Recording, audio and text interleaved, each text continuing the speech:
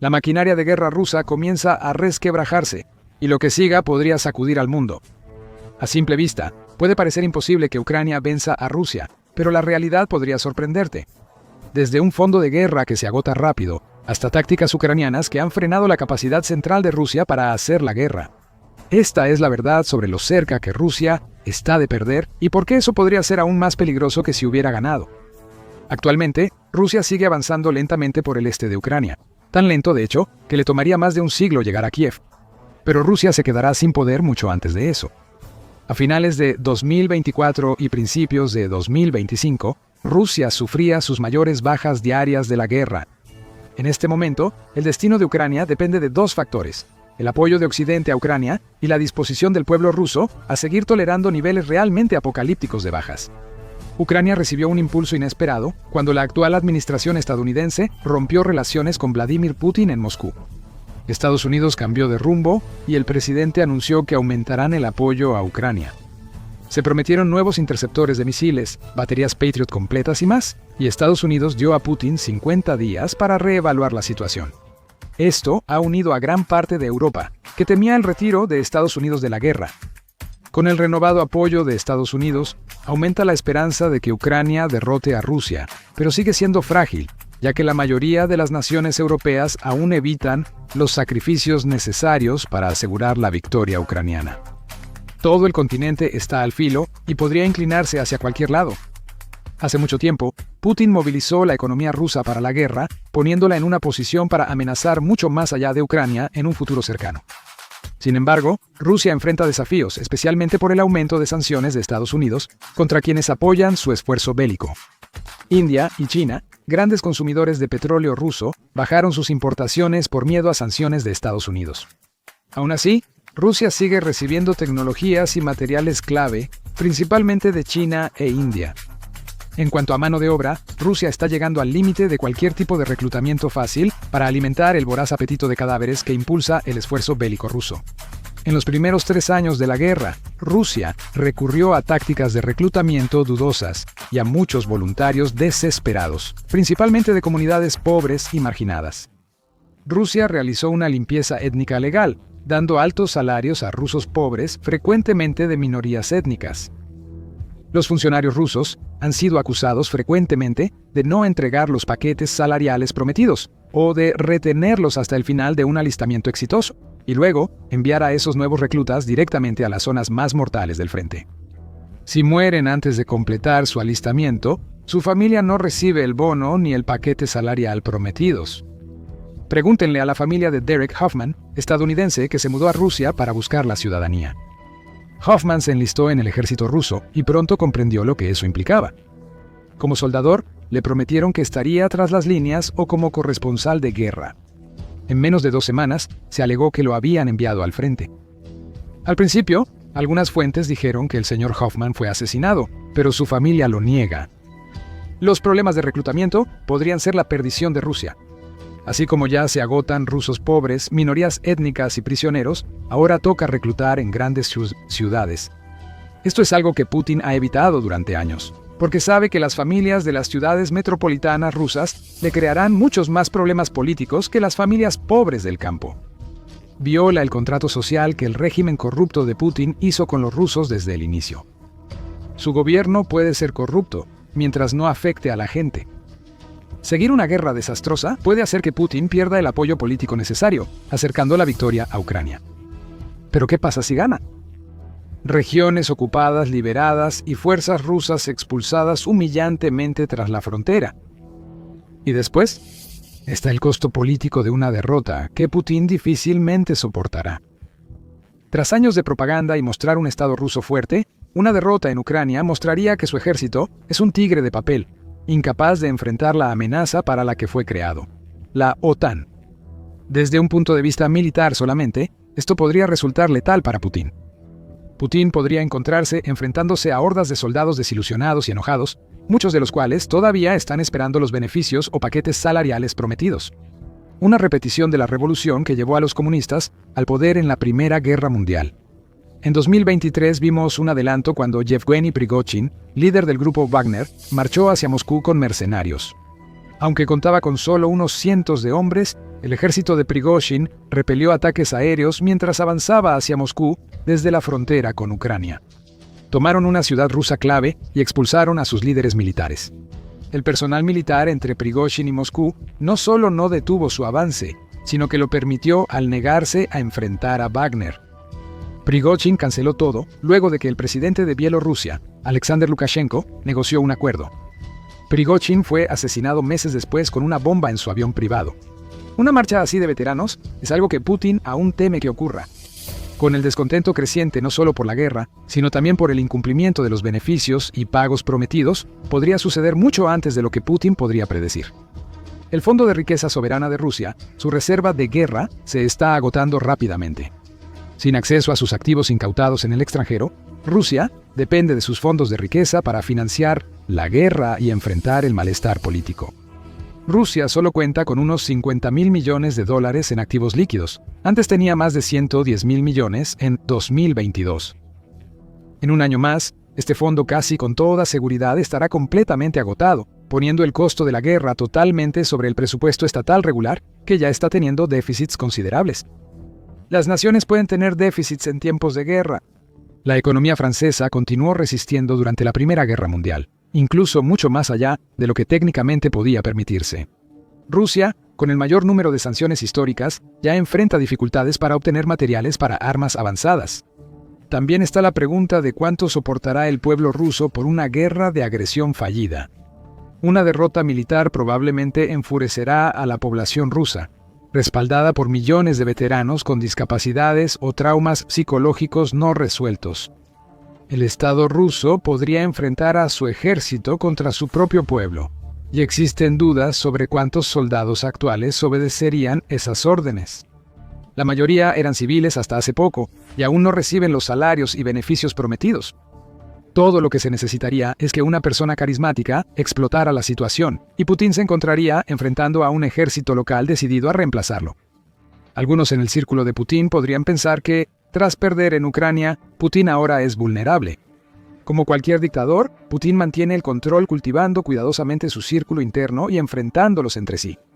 Si están demasiado ocupados odiándose entre ellos, no pueden unir fuerzas en un odio compartido hacia el propio Putin. No obstante, una derrota podría mostrar la debilidad de Putin y motivar a otros a actuar. Sabemos que Putin teme el poder de los oligarcas rusos, dado que ha tomado medidas extremas para mantenerlos controlados e intimidados. Numerosos oligarcas y otras figuras sociales prominentes han encontrado su final al caer de una ventana alta, asesinatos claros orquestados por el propio Putin. Esta táctica de intimidación ha funcionado, pero con los oligarcas perdiendo cada vez más riqueza, la pregunta es cuánto tardarán en apoyar a un sucesor de Putin, ya que su dinero puede comprar lealtad de rusos descontentos. Pero Putin enfrenta a otro enemigo que él mismo creó. Vladimir Putin siempre ha dependido del aparato de seguridad estatal, agencias de inteligencia y fuerzas del orden rusas. Fue su uso de agentes de inteligencia rusos para llevar a cabo varios atentados de bandera falsa en bloques de apartamentos rusos, lo que le permitió consolidar su control del poder. Los ataques terroristas falsos, atribuidos a terroristas chechenos, catapultaron en ese momento a un primer ministro relativamente desconocido al centro de atención nacional. La guerra que siguió pudo haber sido desastrosa para Rusia, pero sirvió al propósito de Putin de unir al pueblo ruso detrás de él. Desde entonces ha utilizado el aparato de seguridad del Estado para vigilar a los disidentes dentro de Rusia, y especialmente entre las personas que realmente importan en Rusia, la élite. Por orden suya, docenas de miembros de la élite disidentes han terminado arrojados por una ventana, cortesía de los agentes secretos rusos, todos bajo las órdenes de Putin. La inteligencia y las fuerzas del orden son tan fuertes que es probable que un retador a un Putin debilitado surja desde las fuerzas federales del orden o, más probablemente, del propio Servicio Federal de Seguridad. Otros líderes militares también podrían hacer un intento exitoso por el poder, respaldados por un ejército de reclutas rusos marginados y endurecidos en las líneas del frente de la guerra en Ucrania. Putin enfrenta varias amenazas internas, por eso premia la lealtad aunque haya incompetencia. El exministro de Defensa ruso, Sergei Shoigu, por su incompetencia y corrupción, ayudó más a Ucrania que la mayoría de la ayuda occidental y aún así, al ser reemplazado, solo fue movido a otro alto cargo en el gobierno de Putin en vez de ser destituido como se debía. Debilita al gobierno ruso, pero conserva a los leales a Putin y mantiene a raya amenazas potenciales. También están los nacionalistas radicales, que ahora protestan más abiertamente contra la gestión del Kremlin en la guerra. Estas son las mismas personas que han pedido el uso abierto de armas nucleares en Ucrania y que han aplaudido las masacres de civiles ucranianos y prisioneros de guerra por igual. Han sido el apoyo principal de Putin para expandir la guerra, pero ante la incompetencia del ejército ruso y las enormes bajas, hasta su paciencia se agota. Una derrota total enfurecería a los nacionalistas radicales, que podrían volverse rápidamente contra Putin y su régimen, apoyados por exsoldados y soldados en servicio, llenos de ira. Estos radicales podrían ser una amenaza fuera de Rusia. Si obtienen arsenales nucleares locales, podrían buscar venganza contra Ucrania y Occidente. Los líderes dentro del movimiento nacionalista podrían apostar a que un ataque nuclear contra las ciudades orientales de Ucrania, que alguna vez estuvieron bajo control o reclamadas por Rusia, tal vez no sea suficiente para provocar una reacción seria de Occidente.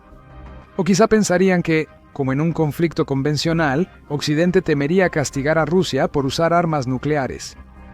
Siguiendo este razonamiento, podrían hacerse ataques punitivos contra miembros orientales de la OTAN sin armas nucleares, como Polonia o los estados bálticos. La OTAN tendría que decidir entre responder con armas nucleares a un ataque no ordenado oficialmente por Rusia o arriesgarse a parecer débil.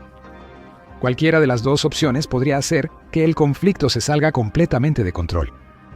Muchos nacionalistas hoy saben que Occidente sería reacio a enfrentar esto, y lo usan para justificar el uso de armas nucleares. El mundo podría celebrar la caída del régimen de Putin, pero luego horrorizarse por posibles acciones de ciertos grupos rusos contra países que culparían por la derrota. Rusia es una nación que se mantiene unida por un fuerte control centralizado, con muchas regiones, especialmente en el sur y el lejano oriente, que tienen algún nivel de movimientos independentistas. Las regiones musulmanas suelen causar problemas a Moscú, pero en el lejano oriente, Rusia pierde silenciosamente una guerra demográfica frente a su aliado China. La inversión china supera ampliamente el gasto ruso en la región, y el aumento de la inmigración amenaza con convertir a los rusos étnicos en una minoría en su propia tierra. Si el gobierno central se debilita por una derrota en Ucrania, podrían surgir varios movimientos independentistas en las regiones.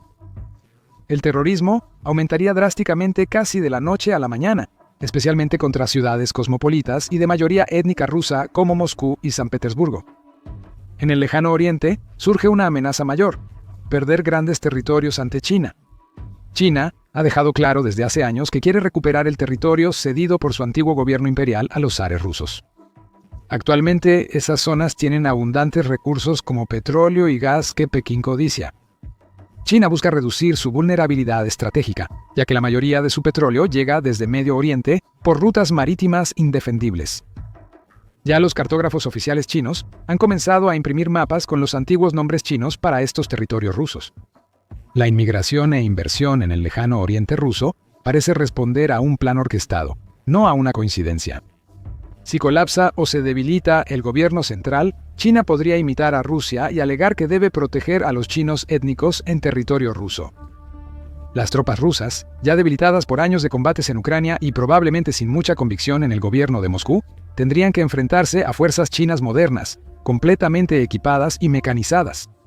La situación en Rusia era tan grave que hasta mediados de la década de 2010 entrenaba para usar armas nucleares al inicio de una invasión china.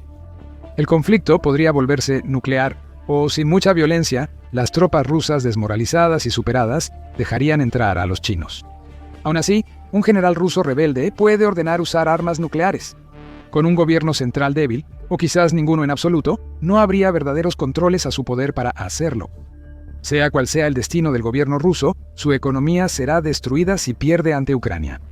El propio Putin ha admitido que la economía está sobrecalentada y ha pedido menos gasto en defensa en 2026. El Banco Central de Rusia informó que casi no le quedan reservas. La economía sigue a flote por la movilización en guerra y el uso del Fondo Nacional de Riqueza, que se espera dure menos de un año. Con el fin del Fondo Nacional de Riqueza, Vladimir Putin habría supervisado una de las mayores pérdidas de riqueza nacional modernas. Pero aún más importante, ya no podría amortiguar tanto al ejército como a la economía de los efectos de las sanciones y la movilización en tiempos de guerra. Las pensiones para los jubilados desaparecerían de la noche a la mañana, al igual que todos los servicios sociales en general. Los altos salarios usados por los ejércitos para reclutar y reducir la agitación civil también desaparecerían. Este problema es más grave de lo que muchos creen.